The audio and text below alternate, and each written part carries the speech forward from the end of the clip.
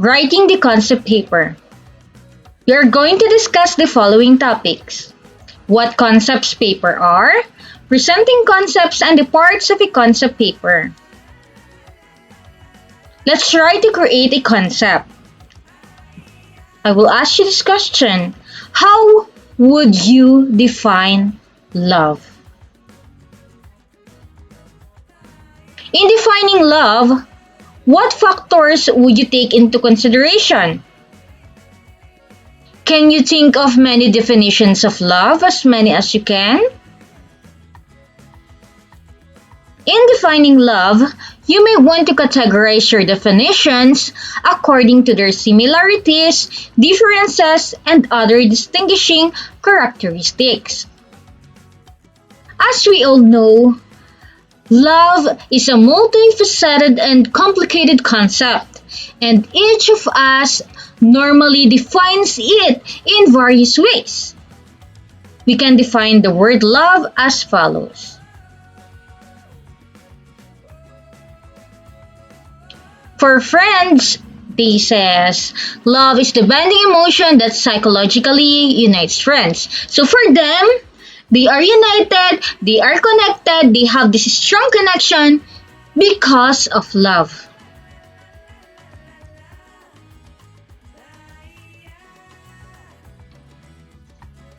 And for couples or lovers who are really in love with each other, they say love means compromise.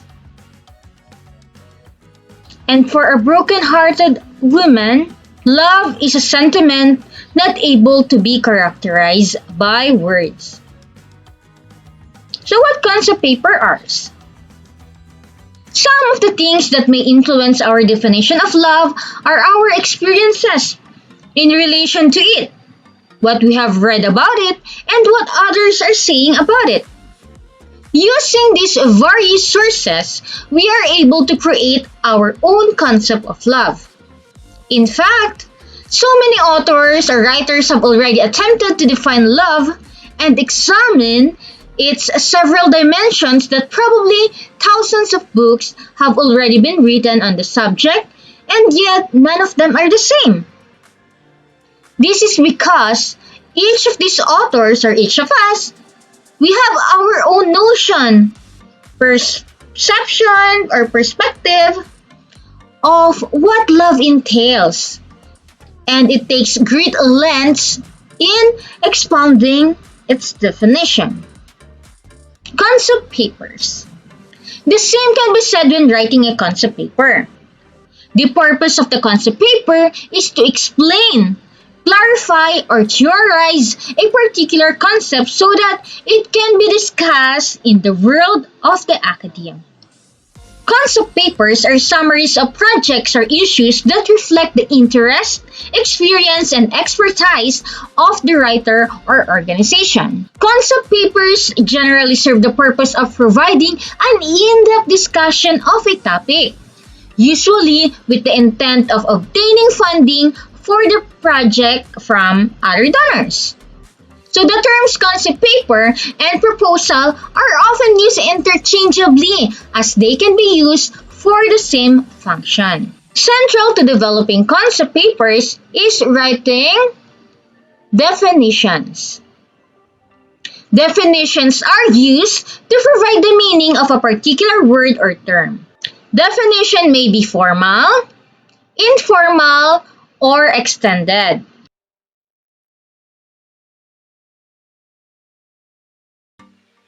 Formal sentence definitions include the term, class, and distinguishing features. Example, we have the term, class, and distinguishing features. The term here is a bicycle. The term is the word to be defined. Class is a mode of transport. The class is the group where the term belongs. And the distinguishing features that has two wheels and is powered through the pedaling effort of the rider. These are the qualities that make the term unique. So do you understand this part? For example, we can think of other term in the same class. because there are different mode of transportation. It could be a car, a motorcycle, a bus, a jeepney, what else? So all of those vehicles belongs to this class, which is a mode of transport or mode of transportation. Now, when we are going to define it through formal sentence definition, we have these distinguishing features. It only shows what is the difference of the term from the other term which belongs to the same class. So, for a bicycle, yes, it is a mode of transportation, but how can we distinguish that this is a bicycle? So, a bicycle has two wheels and it is powered through the pedaling effort of the rider. So, a formal sentence definition is a one-sentence explanation of the meaning of the word. When you write a formal definition, you first assign the term to a class and then explain how it is different from other members of the class through its distinguishing features. Now we have informal definition. Informal definitions do not include distinguishing features. Like here, term, we only have term in the class. A chair is a piece of furniture. The term is the word to be defined, and the class is the group where the term belongs. So that's how simply informal definitions are. And now for the extended definitions, it says here, extended definitions are essay-length texts that use different rhetorical patterns to show the meaning of a particular term or concept. When we said rhetorical pattern, this is the style of the writer in writing his or her literary piece. Usually, extended definition essays not only define but also describe, compare and contrast, and show cause and effect relationships to provide the reader a holistic definition of a term. So here we have the informal definition. Freedom is a state or power to act, speak, or think. The term here is the freedom. The class is a state or power to act, speak, or think. We also have the formal definition. Freedom is a state or power to act, speak, or think, which people reach when they are free to think and do whatever they please. The term is freedom. The class is it is a state or power to act, speak, or think. And then the distinguishing features which people reach when they are free to think and do whatever they please. And for extended definition, the term defined here is also freedom. So again, what is the meaning of extended definition? Here, we describe, compare, and contrast, and we also show cause and effect relationship. As stated in this example, we have, to our colonial forefathers, freedom meant having a voice in their government. To further describe it, the writer gave a historical reference.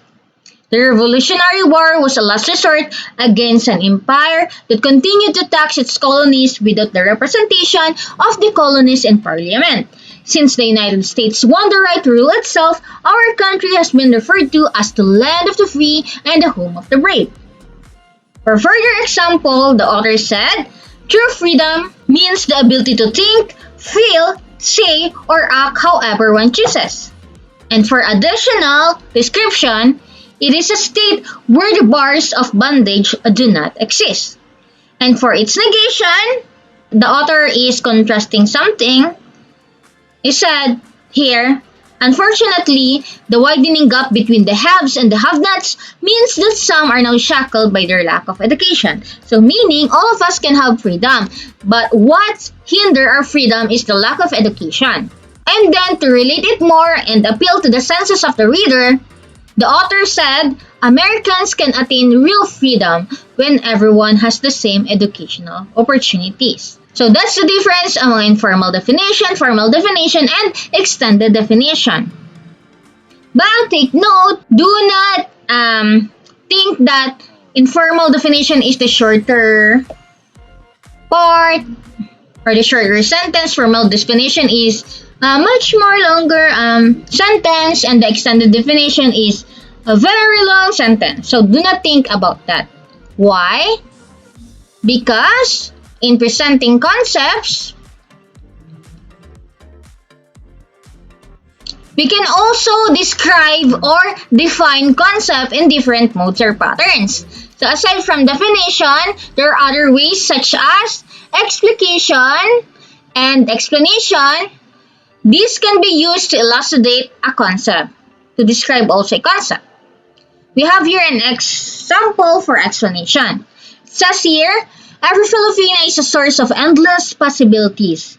Her person embraces the roles of responsible daughter, steadfast sister, generous aunt, indifferent employee, consistent ex-lover, bill settler, a person who knows exactly how to uncomplicate matters for each member of the family. Yet, she knows not how to identify what she has long wanted for herself. She may have won the battle against men for equal opportunity, but she has lost and forgotten the spirit that drove her to win the battle. She can hardly recognize herself, perhaps, who she had been, as an individual who once had an underrated self-image, but declining economy remains clear to her. Now, her true objective in her display of deliberate obsession to fare in the formerly man's world then needs disambiguation. Did she fight for self-actualization because she wanted to pursue a career in the field of her choice? Or did she fight for the inadequacies of men in her family that cripple its function? Her present actions seemingly prove her presence for the latter. Perhaps she thinks of herself as Messiah and uses the same strength and freedom that she has acquired from her battle for equality to save and rescue her family. She has become indifferent to her needs again. Caged in her pretense. She flaunts her strength, her talents, her unwavering confidence. She uses her resources and takes responsibility of her family. She exercises her freedom to penetrate fields she can be good at. She works hard for others and forgets about her own self again. She has turned into an unimaginably powerful person who does everything she can possibly think of and defies anyone who challenges her otherwise. She is the spirit who overshadows even the real person within herself. She has enough compassion for her family, yet she has not left any for herself. So now, this is the description for explication. The 21st century Filipina no longer portrays the mad woman in the attic, since she has finally acknowledged her worth as an individual.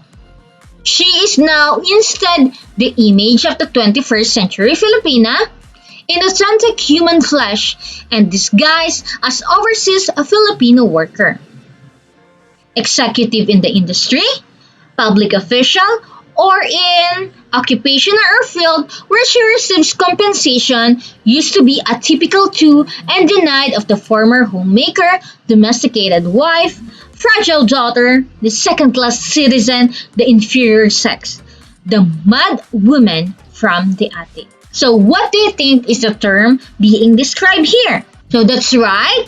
The term we are describing here is the term Filipina. So now do you recognize the differences among extended definition, explanation, and explication?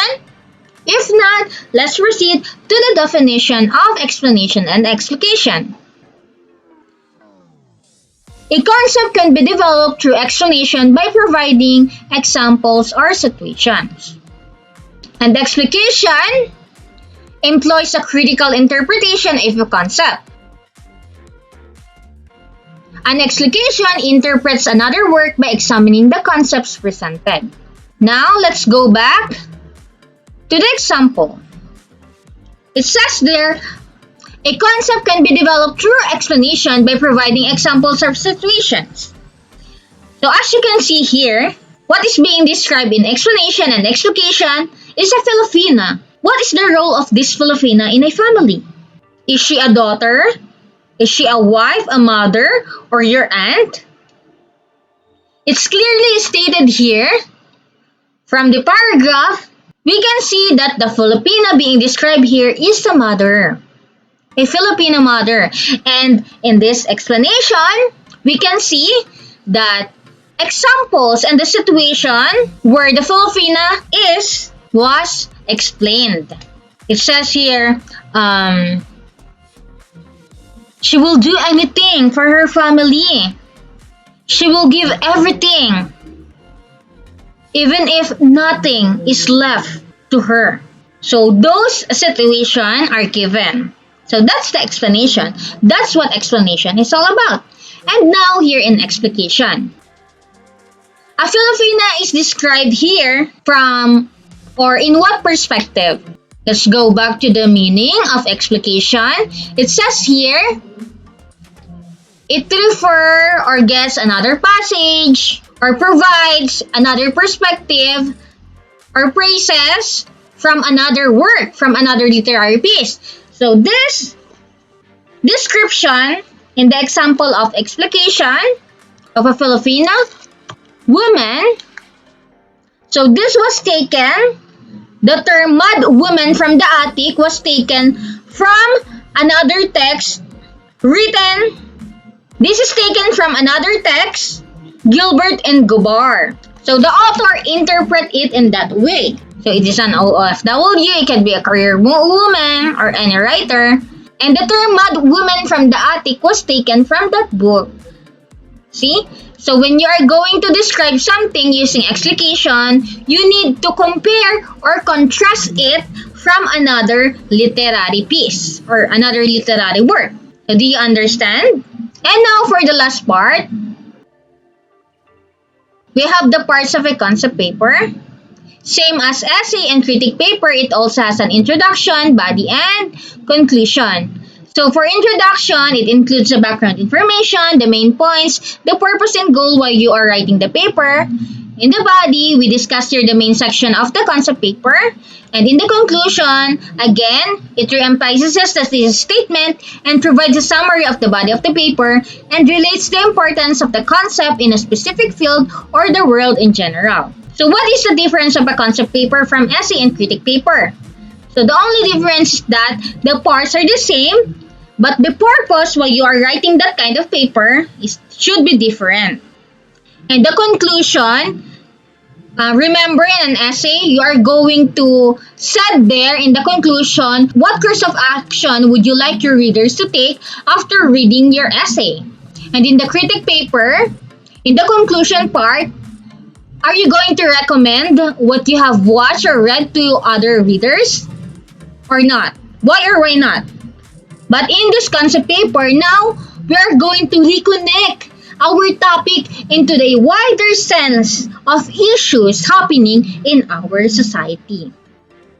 That's what concept paper is. So thank you for listening to our presentation. Thank you. Have a great day ahead. Goodbye.